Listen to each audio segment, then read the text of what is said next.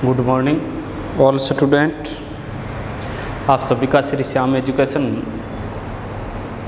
में स्वागत है। तो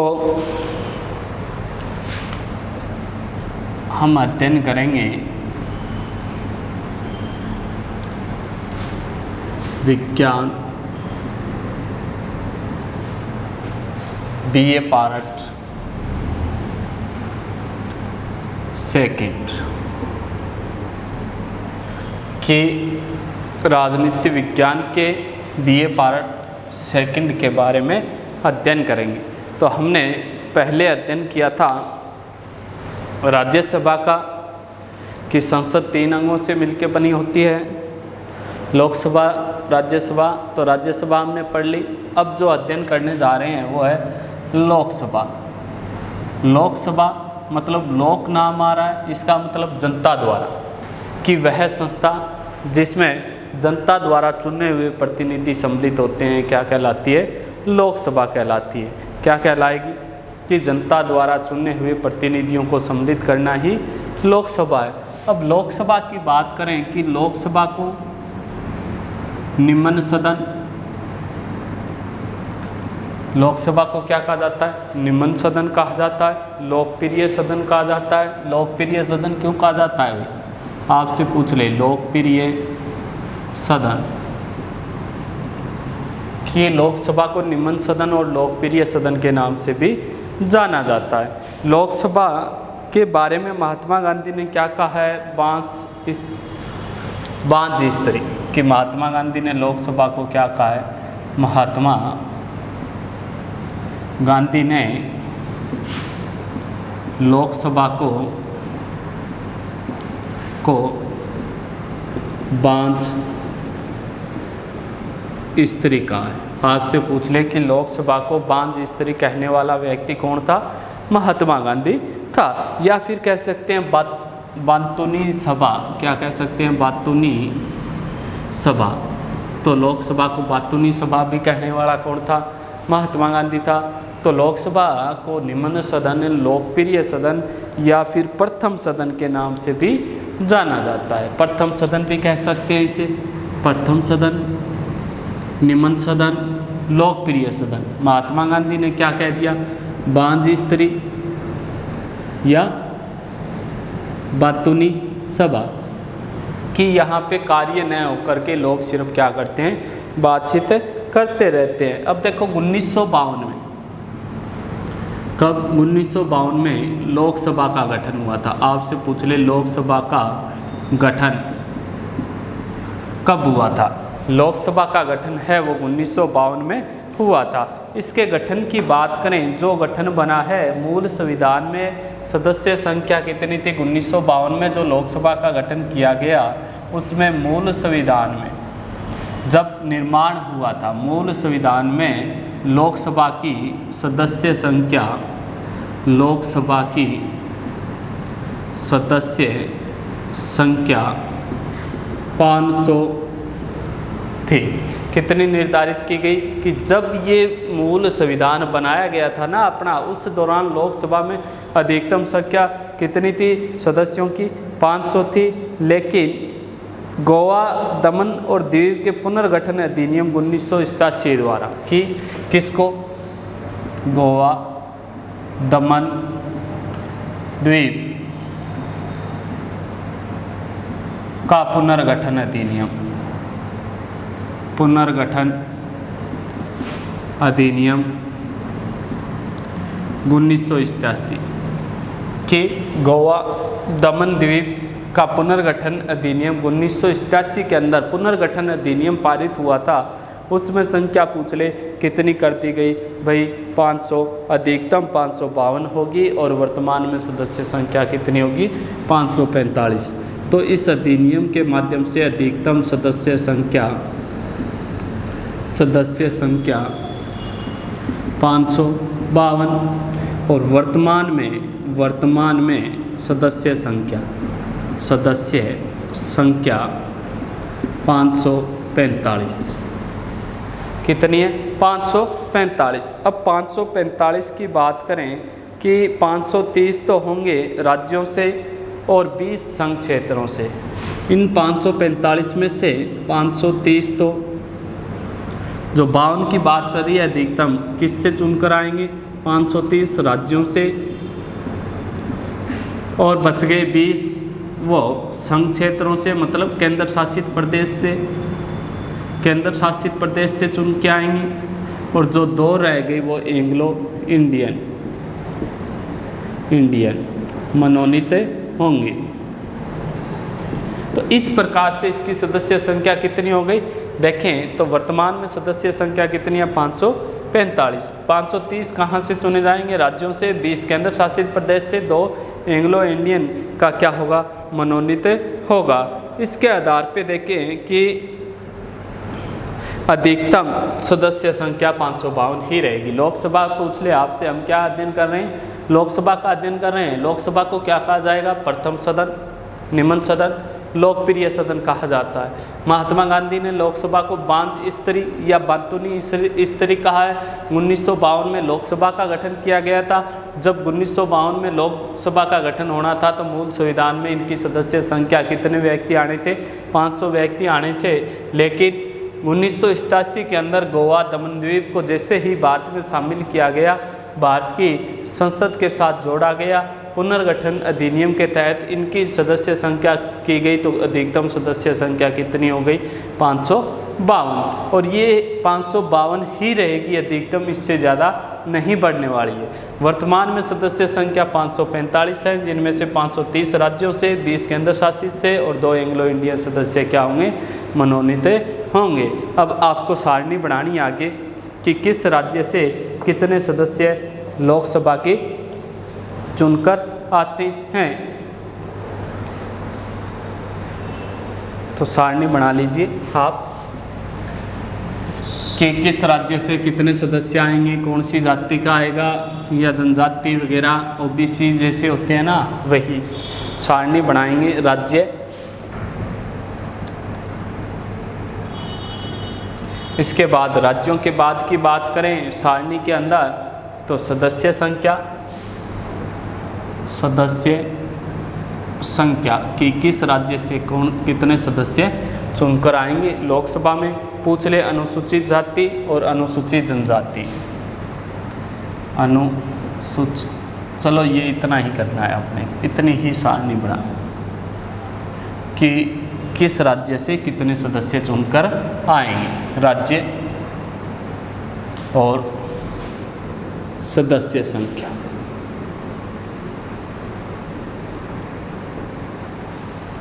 अब देखो राज्यों की बात करें तो हम राज्य पढ़ेंगे। पहला उत्तर प्रदेश से सदस्य संख्या रहेगी 80 कितने सदस्य आएंगे, 80। उत्तर प्रदेश के बाद महाराष्ट्र से आएंगे 48। महाराष्ट्र के बाद मध्य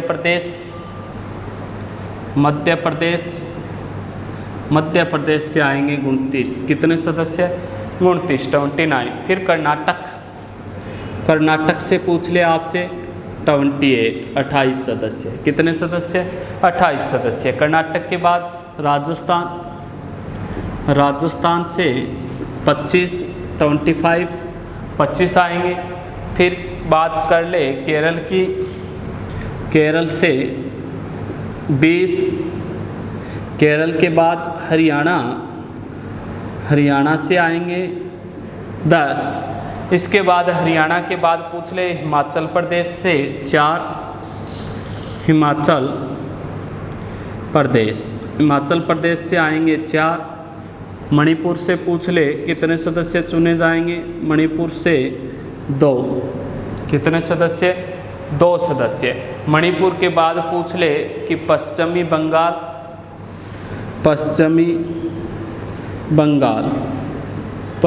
बंगाल से पूछ ले तो सदस्य बताओगे 42। कितने सदस्य, 42 सदस्य। इसके बाद पूछ ले कि 42 के बाद नागालैंड से 1। नागालैंड से 1 सदस्य आएगा चुनकर लोकसभा में। नागालैंड के बाद पूछ ले मिजोरम, मिजोरम, मिजोरम से भी एक सदस्य चुनकर आएगा। मिजोरम के बाद पूछ ले आपसे गोवा, गोवा से 2 सदस्य आएंगे। गोवा के बाद पूछ ले छत्तीसगढ़, छत्तीसगढ़, छत्तीसगढ़ से 11 सदस्य आएंगे। फिर छत्तीसगढ़ के बाद झारखंड, झारखंड से पूछ ले आपसे तो झारखंड से 14 सदस्य आएंगे। और लास्ट यहाँ इधर की बात करें बिहार, 14 झारखंड से, तो बिहार से कितने आएंगे 40। फिर सीमांदर, सीमांदर या कह सकते हैं प्राचीन नाम इसका आंध्र प्रदेश, कि सीमांदर या आंध्र प्रदेश से कितने सदस्य आएंगे तो कहोगे 25, 25। तमिलनाडु,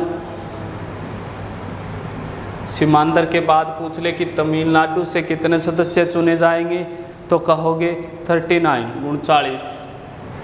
इसके बाद तमिलनाडु के बाद पूछ ले गुजरात, गुजरात, गुजरात से कितने सदस्य आएंगे 19। इसके बाद 26, कितने आएंगे 26, गुजरात से 26 आएंगे। इसके बाद उड़ीसा से 21, उड़ीसा से कितने आएंगे 21।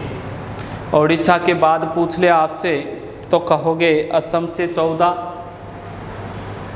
असम से कितने सदस्य 14 सदस्य। असम के बाद पूछ ले जम्मू कश्मीर, जम्मू कश्मीर व लद्दाख से 6, कितने सदस्य 6 सदस्य। पूछ ले त्रिपुरा, त्रिपुरा से 2 सदस्य, कितने सदस्य 2। फिर पंजाब से पूछ ले 13, पंजाब से कितने 13। फिर पंजाब के बाद मेघालय से पूछ ले, मेघालय से 2। पंजाब के बाद किससे मेघालय से 2। सिक्किम से 1, सिक्किम से 1। सिक्किम के बाद आपसे पूछ ले कि कौन सा है, अरुणाचल से 2, अरुणाचल से 2। अरुणाचल के बाद उत्तराखंड से पूछ ले, उत्तराखंड से 5, कितने सदस्य 5 सदस्य। उत्तराखंड से कितने आएंगे 5। इसके बाद उत्तराखंड के बाद पूछ ले तेलंगाना से, तेलंगाना से आएंगे 17, 17। तेलंगाना के बाद पूछ ले दिल्ली से 7, दिल्ली से कितने 7। गोवा से 1, कि दिल्ली से 7, गोवा से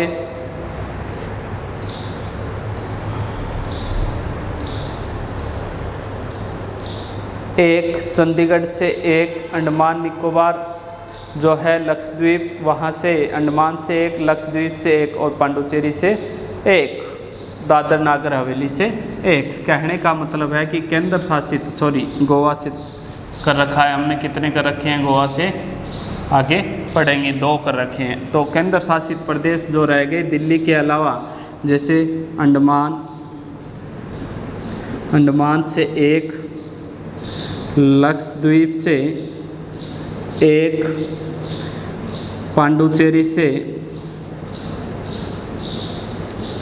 1, या फिर बात करें कि दिल्ली, अंडमान, लक्षद्वीप, पांडुचेरी इनसे कितने आएंगे, चंडीगढ़ से 1, दादरा नागर हवेली से 1। तो जितने भी केंद्र शासित प्रदेश हैं उनसे आएंगे 1-1। तो हमें पढ़ना है उत्तर प्रदेश से लोकसभा की कितनी सीटें हैं 80 सीटें, महाराष्ट्र से कितनी सीटें 48 सीटें, मध्य प्रदेश से 29 सीटें, कर्नाटक से 28 सीटें, राजस्थान से 25 सीटें, केरल से 20 सीटें, हरियाणा से लोकसभा की 10 सीटें, हिमाचल से 4, मणिपुर से 2 सीटें, पश्चिमी बंगाल से लोकसभा की 42, नागालैंड से 1, मिजोरम से 1, गोवा से 2, छत्तीसगढ़ से 11, झारखंड से 14, बिहार से 40, सीमांध्र से 25, तमिलनाडु से 39 गुजरात से 26, ओडिशा से 21, असम से 14, जम्मू कश्मीर लद्दाख से 6, त्रिपुरा से 2, पंजाब से 13, मेघालय से 2, सिक्किम से 1, अरुणाचल से 2, उत्तराखंड से 5, तेलंगाना से 17, दिल्ली से 7 और इसके बाद जैसे चंडीगढ़, अंडमान, लक्षद्वीप, दादर नागर हवेली, दमन द्वीप से कितने आएंगे, एक एक सदस्य क्या आएंगे, चुनकर आएंगे। तो ये पूछ ले, इस हिसाब से टोटल बात करें कि कुल 412 होती है, कितनी सीटें होती है, 412। ये 412 सीटें किसकी है, लोकसभा की। हमने राज्यों से पढ़ी है, तो राज्यों से कितने आएंगे, 412 सदस्य चुनकर आएंगे। इसके बाद बात करें, सॉरी 2 एंग्लो इंडियन समेत 412 और 84 जो सदस्य हैं वो होते हैं 412 सीटें। तो ये हो गई 84 अनुसूचित जाति, 84 सीटें हैं वो किसकी है, अनुसूचित जाति की निर्धारित है, और 47 अनुसूचित जनजाति की। 47 कितनी हो गई, अनुसूचित जनजाति की। तो 84 अनुसूचित जाति से, 47 अनुसूचित जाति से और 2 एंग्लो इंडियन, कुल मिलाकर हो गए 552। कुल सीटें कितनी हो गई, 552। अब देखो हमने यहाँ तक पढ़ा कि लोकसभा का गठन किस प्रकार से, कितने सदस्य इसमें सम्मिलित किए गए हैं। फिर लोकसभा के लिए हमें क्या चाहिए, योग्यता चाहिए। योग्यता पूछ ले कि लोकसभा की योग्यताएं किस अनुच्छेद में निहित है, तो अनुच्छेद कहोगे 84 में निहित है। तो पढ़ेंगे कि लोकसभा की योग्यताएं।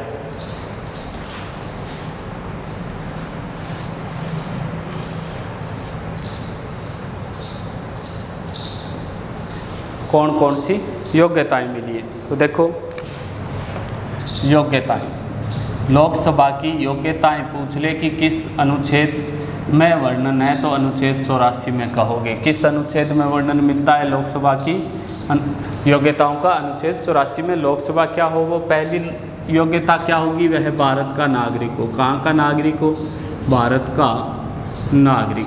कि लोकसभा का जो भी सदस्य बनना चाहता है वो किस देश का नागरिक हो, भारत का नागरिक हो। आयु उसकी कितनी हो, 2 नंबर कहती है, आयु 25 वर्ष हो। कितने वर्ष का व्यक्ति होना चाहिए, 25 वर्ष। जिसने आयु प्राप्त कर ली हो वही लोकसभा का सदस्य बन सकता है। किसी लाभकारी पद पर न हो, किसी लाभकारी पद पर न हो, कि किसी लाभकारी पद पर विराजमान नहीं होना चाहिए। 4 नंबर जो योग्यता है वो पूछ ले कि न्यायालय द्वारा पागल या दिवालिया घोषित न हो, कि न्यायालय द्वारा पागल या दिवालिया घोषित न हो, कि न्यायालय द्वारा क्या नहीं होना चाहिए, पागल या दिवालिया घोषित नहीं होना चाहिए। तो ये इसकी योग्यताएं मुख्य तौर पे जो अपना संविधान निर्धारित करता है वो योग्यताएं कौन सी, अनुच्छेद 84 के माध्यम से भारत का नागरिक, आयु 25 वर्ष, किसी लाभकारी पद पे न हो, न्यायालय द्वारा पागल या दिवालिया घोषित न हो। इसके बाद पूछ ले आपसे कि 1951 में जनप्रतिनिधि अधिनियम लेके आए थे। कौन सा, जनप्रतिनिधि अधिनियम लागू किया था 1951 में, कि 1951 के जनप्रतिनिधि अधिनियम नियम के अनुसार योग्यता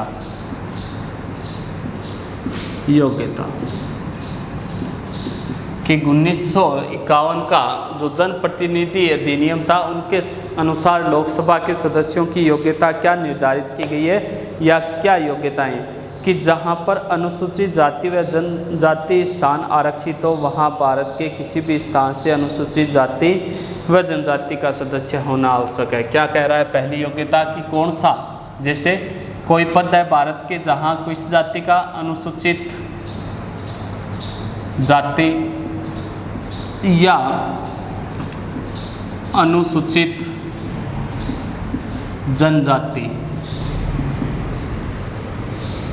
का पद आरक्षित है, का पद है आरक्षित है। कहने का मतलब कि वह स्थान जहाँ से चुनाव कौन लड़ेगा, सिर्फ अनुसूचित जाति का और अनुसूचित जनजाति का व्यक्ति ही चुनाव लड़ सकता है, बाकी कोई व्यक्ति नहीं लड़ सकता। अगर वहाँ पे नहीं है तो भारत के किसी भी स्थान से किसी भी व्यक्ति को लाकर वहाँ पे क्या करवाया जा सकता है, चुनाव लड़वाया जा सकता है, अन्य व्यक्ति वहाँ पे नहीं चुनाव लड़ेगा। असम की जनजाति के लिए, असम की जनजाति जो है असम राज्य की, असम की जनजाति के लिए वहाँ का ही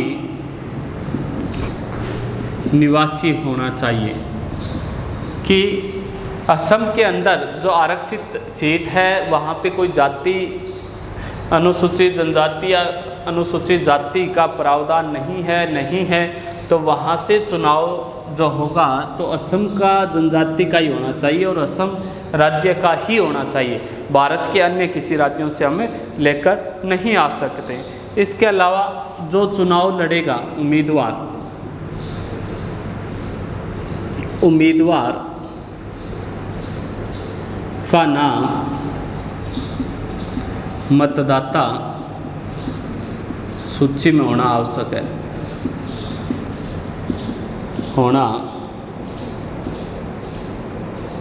है, कि उम्मीदवार का नाम है वो किस में होना आवश्यक है, मतदाता सूची में नाम होना आवश्यक है माना गया है। इसके बाद पूछ ले आपसे आगे वाली कि किसी अपराध के लिए 2 वर्ष से अधिक सजा न मिली हो, कि किसी अपराध के लिए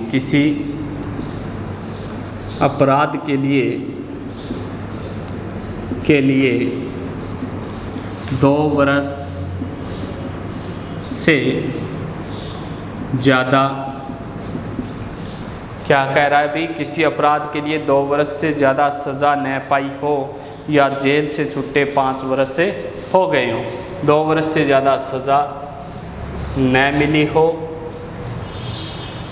या जेल से छुट्टे 5 वर्ष से ज़्यादा हो चुके हों, 5 वर्ष से ज़्यादा हो चुके हों, तभी वो लोकसभा का चुनाव लड़ सकता है, अन्यथा चुनाव नहीं लड़ सकता। इसके बाद निर्वाचन संबंधी दोषी पाए गए व्यक्ति को निर्वाचन आयोग द्वारा कुछ समय के लिए या जीवन भर के लिए अयोग्य घोषित कर सकता है, कि दोषी पाए गए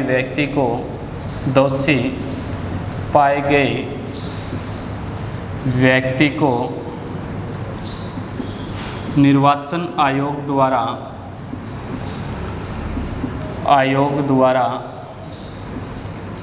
कुछ समय के लिए